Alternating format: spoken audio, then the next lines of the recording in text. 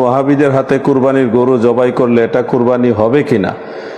ইমামে আহলে সুন্নাহ আলা হযরত আজিমুল বারাকাত ইমাম আহমদ রেজা খান ফাজেলি বেরলভী রাদিয়াল্লাহু আনহু ওয়া নাওয়ারাল্লাহু মারকাদা, তিনি আহকামে শরীয়তের মধ্যে লিখেছেন এবং ফতোয়া রেজবিয়ারও বেশ দু এক জায়গার মধ্যে উল্লেখ আছে যে যারা আকায়েদের ক্ষেত্রে আহলে সুন্নাত ওয়াল জামাতের অন্তর্ভুক্ত নয়, ফিরকায়ে বাতেলার অন্তর্ভুক্ত, সে যেই দলেরই হোক, আহলে সুন্নাত ওয়াল জামাতের বাইরে যে কোনো বাতেল ফিরকার অন্তর্ভুক্ত লোকদের দ্বারা কোরবানি করা যাবে না।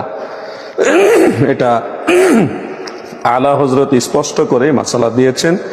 কারণ রাসূল করিম সাল্লাল্লাহু আলাইহি ওয়াসাল্লাম দয়াল নবীজি বলেছেন, সহিহ মুসলিমের মধ্যে উল্লেখ রয়েছে যে শেষ জামানায় এমন কিছু লোক তোমাদের মাঝে আসবে, সায়াকুনু ফি আখিরিজ জামানে দাজ্জালুন ওয়া কাযযাবুন, এমন কিছু দাজ্জাল এবং কাযযাব আসবে যারা এমন কথা বলবে, বিমা লাম তাসমাউ আনতুম ওয়ালা আবাউকুম, যে কথা তোমরাও শুনোনি, তোমাদের বাপ দাদাও শুনেনি। এরপরে নবীজি বলতেছেন ফা ইয়াকুম ওয়া ইয়াহুম, তোমরাও তাদের কাছ থেকে দূরে থাকো, তাদেরকেও তোমাদের কাছ থেকে দূরে রাখো, রাসূলের আদেশ।